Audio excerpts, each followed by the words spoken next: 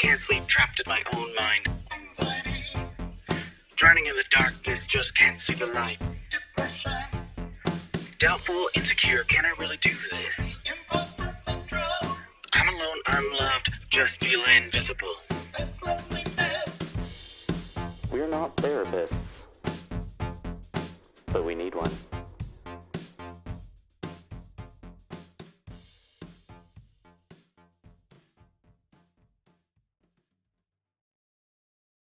Hello, and welcome to We're Not Therapists, but we need one.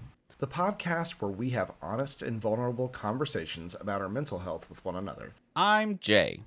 And I'm Anthony, and neither of us are therapists. But we're trying to help ourselves and each other by sharing our experiences and feelings. In this show, we'll deep dive into topics like anxiety, depression, self-esteem, trauma, and more. We'll talk about how they affect us, how we cope, and what we've learned along the way. We're not doing this to bash or blame anyone, especially our families who may have contributed to our mental health challenges. We're doing this to heal and grow, and hopefully inspire others who can relate and open your mind to your own healing. We also want to warn you that this show may contain some sensitive and triggering content. We'll be talking about personal and painful things that happen to us and how they still affect us to this day. If you're not comfortable with that, or if you feel like you need professional help, this show may not be for you.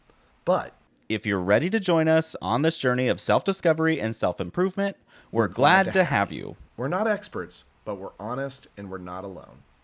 Now, let's start the timer. Jay, how do you feel today? Oh, man. I'm kind of tired. It's been a hectic week in all the weirdest ways possible. But I'm not too bad. Just feel like I'm ready for this week to be over, so that way I can feel like I'm back on track eventually. I just feel wonky this week since I didn't go to work for a couple days or whatnot. I took PTO for a weird stomach and then appointments one day, and so I just feel thrown off. And that's kind of just the extent of this week. How about you? I mean, you know as well as I do that I had several. I didn't count them panic attacks last night because when you're in the throes of panic attacks, you're not worried about counting. So I had one during the filming of our other podcast, and then I just kept having them all night. Like it would taper off, and then it would just spike back up and taper off and spike back up and taper off and spike back up. It never got all the way gone, but I would be falling asleep and then just like wake up in the full-blown panic attack. So I'm tired today because my body has been through it. Otherwise, just busy. It's been busy. We've been socially fucking busy lately. And so, like, tonight after this, we have a dinner with a friend, which I'm excited about. I am excited to go have this dinner. But, like, we've got that. Then we've got a movie tomorrow night with a friend, which is also going to be great. Then we got friends coming over on Saturday, which is also going to be fine. Then I got friends coming over on Sunday, and I feel like trying to meet all of my social obligations is dragging me through the mud. Yeah. So I'm in this place where I recognize for the longest time I was sort of hidey-holed myself in the house, and now we're trying to remedy that. But I'm also still an introvert. Like, I need to just set some shit down for a while. I feel like the past few weeks I've just been go, go, go, go, go constantly. It's been exhausting. And then the past week at least, actually, I'd say the past week and a half right now, I've toned it down. I've kind of calmed things down. And it's been nice to just not quite have as much on my mind to do. But what I have noticed is that all my friends have been in the same boat of go, go, go. So my social life hasn't been as existent as it used to be, which is fine. I mean, I go through those phases. That's perfectly fine. But then, like, this weekend, I had so much downtime. I was like, oh, everyone's gone or busy. Whoa. I'm to myself. That sounds really nice, because we had a pool party last Saturday. And we had a pool party the Saturday before that. We had a dinner this last Friday, which I did really enjoy the dinner. I like smaller get-togethers are fine, but yeah, And it's no fault of the people that I'm having dinner with, but at the end of the day, like, I still, I still need downtime. And it's just, we've just been doing so much recently. And I feel like it's getting hard to keep up with, emotionally, not even what mentally, because we're keeping up with it, but it's just like, I get it. I definitely am noticing as I age how less interested I am in the constant socialization. Like, I'm almost, this is nice to say, I'm happier with myself than I used to be. I feel like I used to constantly have to be around people to run away from me. And so now, like, yeah, don't get me wrong, I enjoy being social with my friends, but I also really just like me time. yeah, which I get because Lord knows I like some me time. This last weekend, I was supposed to go visit my grandma on Sunday and then go to this meet and greet for the gay men's course that Joe's in that evening. And I woke up and I was like, no, no, I can't do anything. Like, I just can't. I'm done. Like, Yeah. I'm fully out. And so I didn't do any of it Yep. I get it. because it was just, so, anyways, this Sunday I'm gonna have to hold that social obligation to see my grandma, and at least the Sunday evening event is with some friends that'll be pretty low key. But I think it's just one of those things where there is, no matter what I do, there is always going to be some distinct difference between spending time with other people and spending time with myself. Yeah. Uh, my partner moved down to Houston, and so I've been traveling down there more often. Well, like every other weekend, and it's so funny how I actually really, really love that 6.5 hour drive. Oh, it's peaceful, isn't it? It's just, Aside from like shitty other drivers, but like, yeah, it's just so relaxing. yeah, it's so nice. I love being in the car. Sometimes it's been forever since I've done this, but I used to just get in the car and go. I just go somewhere.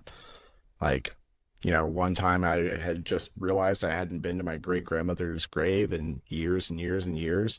And I grew up with her. She passed away when I was like 22. So I'd known her really well my whole life. And Yeah.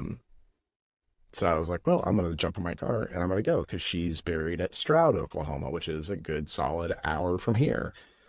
So I was like, it's 2 hours round trip. It's a chance to just sort of meditate, be in my own head about things. Not Yeah. actual meditation, listeners. Like, I would not do a full blown meditation while driving. Yeah. But, it was a good way for me to just get out and do stuff to where I could just think for a little while. Because I feel like when you're in your cars, you are allowed, like, you can allow yourself much easier to not be Mhm. connected. Yeah. Yeah, I definitely got a lot of, I don't know, a lot of nice, relaxing time to just chill. And it's so funny how people are like, I hate car rides. And I'm like, the more I do it, the more I'm like, oh, this is just nice. Yeah, it's a really Which zen time. I did read that ADHD people love it. Yet another tick on the box of maybe ADHD. Because I don't even remember the reason why, but they're like, it's because you just focus down a path and you just kind of zone into that and don't think about other stuff. And I'm like, huh. Yeah, I love doing it because I'm like, I can listen to an audiobook, I can listen to, a podcast, and it helps me to focus entirely on whatever it is I'm doing during that Yeah. time. So like, especially when you're driving on one of these Oklahoma highways or Texas highways where they're just fucking straight for hours, you turn off of something from Dallas and it says continue straight for 372 miles. Yeah. And that's just, you just have 372 miles of whatever you're doing. Yeah. So I get it. I understand. It's such a good time to sort of zone out, get some time to yourself, Yeah. Yeah. And I really enjoy it. It was funny. He's like, well, what's the drive like? And I'm like, honestly, I look forward to it. Yeah. Aside from like having to pay for gas. Yeah. I said the gas, you stop at a gas pump and you're like, God damn it. But otherwise, eh, I think it's a great way to like, one, if it were coming from my perspective, it's a great way to not have to make any weekend plans because yeah. that sounds awesome. It's the best reason ever. Nobody can tell you like, what? You have to go visit your boyfriend? Like, everyone's just gonna understand. It's like if you had kids almost, where you say, no, I gotta take Timmy to the soccer game, and what are they gonna say? Fuck your kid, which I might, but you get what I mean. Like, it's such a good reason to not have to do anything. Yeah. There is Yeah, I'm so ready for it. I'm looking into this. So during the month of August, they're closed, but there is a place here called Osage Sacred Forest that's in Sand Springs, which is right next to Tulsa. And I didn't know about it till today, but they do silent retreats. And so you can go and spend time there in meditation and go to these weekend workshops and like rent a cabin. You can also go to like, they have daily events, or you can just go to the grounds. It doesn't cost you anything to just go to the grounds, Right. unless you want to give a donation. But like, they're doing one, I think the 21st of September, and I think I might do it, where it's $30 and it's like 8:30 to 2:30, and you just go. The first part of the day is like morning meditations, then you do like working meditations, chanting mantras, relaxation. You have a lunch there that's already paid for, and then you do like a walking meditation in the woods. Yeah. And all of that just sounds so nice. It's wild to me how recently I've been trying to take on this life of like healthier thoughts. And so, sorry, when you said this, it reminded me that recently when I get caught down anxiety paths, that's just overwhelming. I've started kind of doing this thing where I just put myself in a quiet space, and then I literally start imagining every inhale as clean, fresh thoughts, and exhale as getting rid of dirty, busy thoughts. It's a great like visualization exercise because it does help you to physically relax when you think those things. And on top of that, you're breathing really well and getting fantastic oxygen. So, Yeah. but it's been a really helpful visual because I'll just like open my eyes finally and be like, oh, okay, I feel better. Yeah, I was in the throes of these panic attacks over and over, and just I was trying everything in my behavioral therapy tool belt, like my fucking Batman tool belt, to do, because I was doing like the 1 2 3 4 5 exercise, which I can't remember specifically offhand. I was trying to do like just deep breathing, obviously, is always a go-to for when you're experiencing panic attacks and anxiety, because a lot of times it's just a matter of your body not being oxygenated enough. Yep. And then eventually, after a few hours of not being able to sleep, and by a few, I mean anywhere from 10 to about 2:30 in the morning, I remembered that I have a prescription for propranolol in case this exact thing happens, that I almost never have to use it because I've never had anything this bad happen to me since 2019. Yeah. And so I was like, oh, fuck, I've got a pill that's designed for this. And so I took that, and it took a while to kick in, but I got there. Ugh. I know. I tried the regular stuff first, but then I resorted to drugs. Drug prescriptions. Yeah, I've definitely been there. It's wild how you'll be going weeks perfectly fine, and then you'll have a night of the weirdest thing that just hits you, and then you're busy ruminating thoughts for hours on end. It's not even weird, because we had been doing all of these social things, and at every single one of these social events there is drinking. And so we just went from drinking to drinking to drinking to drinking to drinking. And then on yesterday it rolled around, and I was like, I do not want to like drink tonight. It's been crazy. We record, sometimes we drink when we record, sometimes we don't. So it's like, I'm just not going to. And so my suspicion is that it was like alcohol withdrawal because I had just been drinking heavily. And that's happened to me before where like, especially if I day drink, I try not to make a habit of that. And I've been doing it the last couple of weekends because we've been at these pool parties Yeah. and that's what everybody's doing there.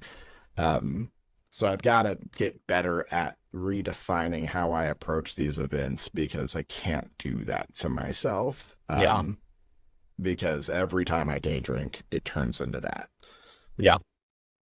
And it just, I guess this time it took a couple of days to kick out. That's pretty wild. I'm sorry. Joe's home.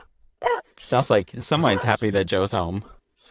Yeah, he likes to alert everyone when other people are approaching usually. So anyways, back to what we were talking about. But yeah, I mean, it's one of those things where I already have anxiety, and that's just a really great way to crank it up to 11. Yeah. Yeah, I'm almost sick to the stomach at the thought of having that kind of anxiety because I just hate when I'm running on anxiety. Having general anxiety is something I'm pretty used to. So I understand a lot of times how I react to things is colored by that. But it's the panic attack. And usually I can get through a panic attack. If I'm just having a single panic attack, I recognize that I know exactly what it is. But since this kept happening and it would tone down and then like crank its way back up all like over and over in these waves. And then somebody had to go and put the word heart attacks. Sorry. When we were recording the podcast last night when I'm having a panic attack. So it piles on and it just loops in my head in this catastrophizing process. And then I don't know, it just lasted so long. And I just kept thinking like, the fuck, like Joe's asleep next to me. I don't want to wake him up, but I'm sitting here going through it. And like, what if I die? And of course, if you've ever had a full-blown panic attack, you fully well understand that's what it feels like. It feels like you're gonna die. You just feel that dread sense of like, I'm going to die. Yeah. You may not have a good reason for it. Last night it was all heart attack nonstop. Thank you. Sorry. Sometimes my little small amount of medical training I have just blurts out, and I was like, well, symptoms, but I doubt that's it. Yeah. I am lucky in the sense of like the only person in our family who has actual heart issues is actually my dad, but it's because and when I say like I don't day drink, like my dad is a very heavy drinker and has been since I was a young child. So we're going on 40 years right now, and he's a heavy smoker as well, and he works probably 60 hours a week, and his job keeps him on his feet and moving all the time. So like he's not doing himself any favors. Yeah. And so he ended up having a heart attack, and it just surprised absolutely nobody. Yeah, for my family, it's like no surprise at all. They're like, oh, if you don't have one, that's shocking. See, my family's very different. They all live to be old as hell. Oh, yeah, not mine. Well, not the men in mine. So the men and the women in mine, my dad's grandmother passed away at the age of 94 in her bed at her own home. She lived alone till the day she died. Yeah. My grandfather on that side, his dad died at 92. Grandmother passed away at 89. And yeah, I think it's like late 80s, early 90s across the board for both my dad's and mom's side of the family. Yeah. Wow. Yeah. Yeah. Weirdly healthy people. Like even my dad, having had his heart attack and not changing anything at all about the way he lives. Yeah, no changes whatsoever. Like he'll Guess go I'll to the keep doctor, eating this and the doctor will butter. be like, I can't believe you're not closer to death. And it's just like, well, I mean, he'll get there. Don't worry. He's pushing himself. He's trying real hard. Don't you worry. Yeah. So and also I guess that probably is what worries me about like drinking too much is, becoming my father. Well, also, I just happened to say on the news this morning that a new study's come out, but to be fair, there's always a new study coming out that Of changes course there things. is. Yeah. But they said that any drinking in general is not healthy for you.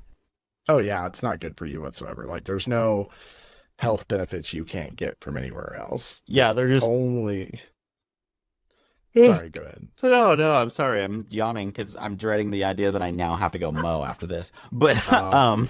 I was gonna do it this weekend, but it kept raining on me. I thought you were Anyways, gonna say you were bored with this conversation. yeah, you're really boring. So, Yeah, I anyways, no, I'm kidding. Shit, where was I going with that? New study about Yeah, any new drinking study. is not good for you. Yeah, and they're like, so the belief of wine a day, like a glass a day or something, or a couple days a week, even that, they're just like, it increases. Oh, what they say? They said that lower income people are really prone to it. And I was like, I'm assuming that means that they just like drink a lot of cheap beer.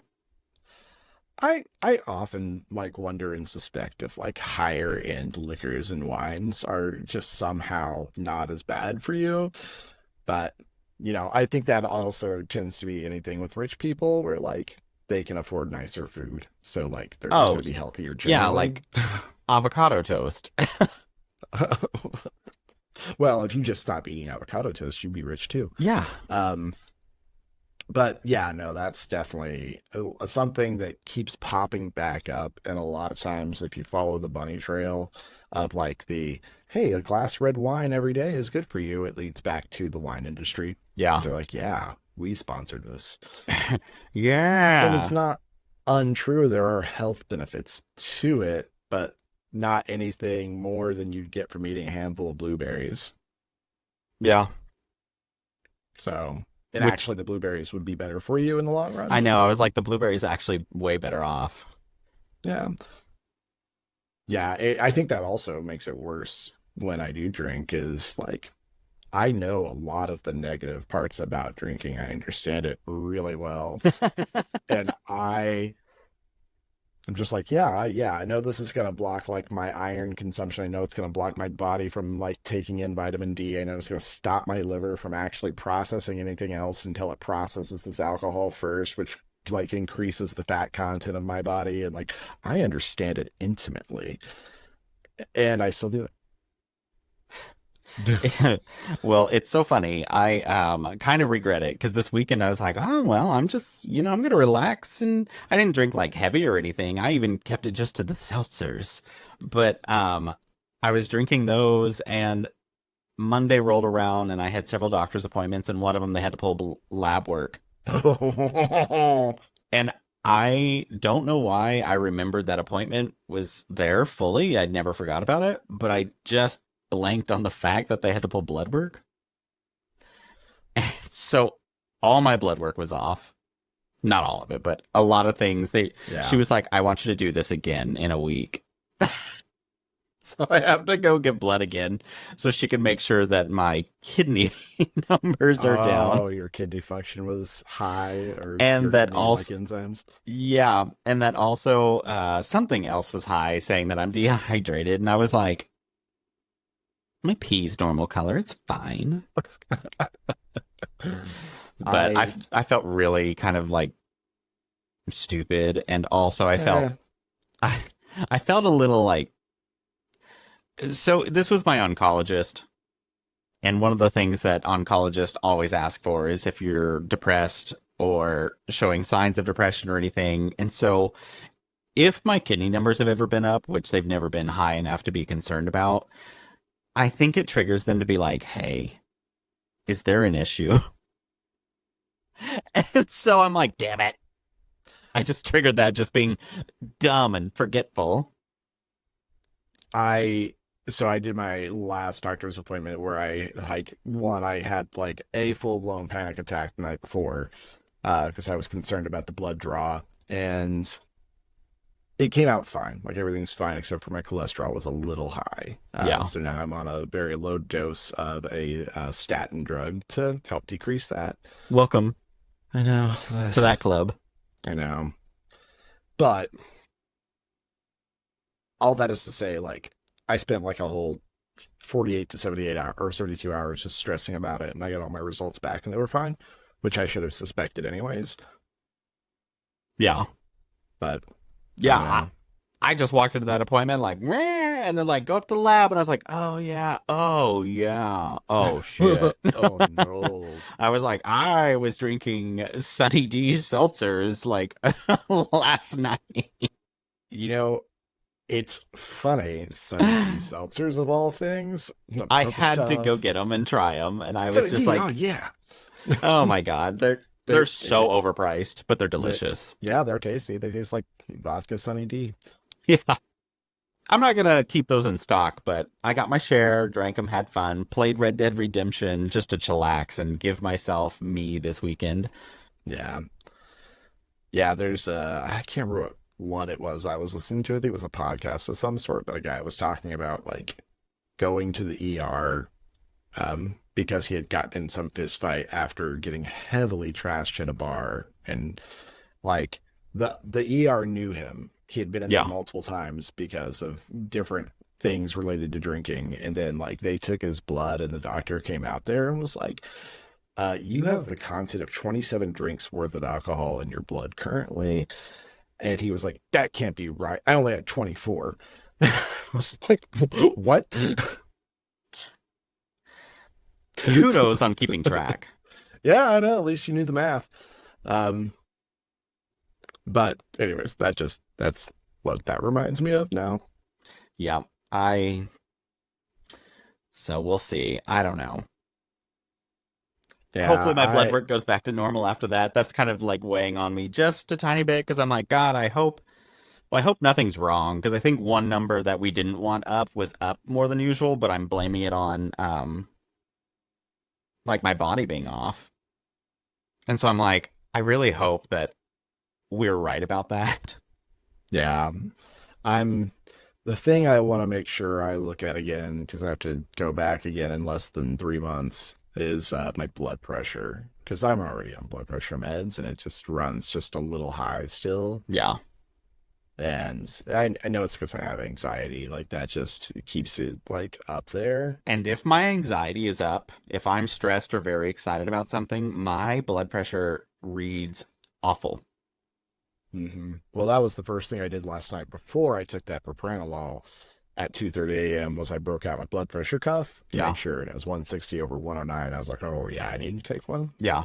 Well, and because I just changed mental health meds, I was like, yeah, I'll check my blood pressure. I still keep forgetting to, but then I went to the doctor and it was high, and I'm like, but it's because I've just been on this chaotic mind train lately. And so she's like, we're going to do it again, but I need you to like relax. So I had to sit there, and we started having like a calming conversation, laid my feet flat, and just like had my arm out straight, and was kind of doing that focus on my in and out breath. And my low number went right back down to normal, and I was like,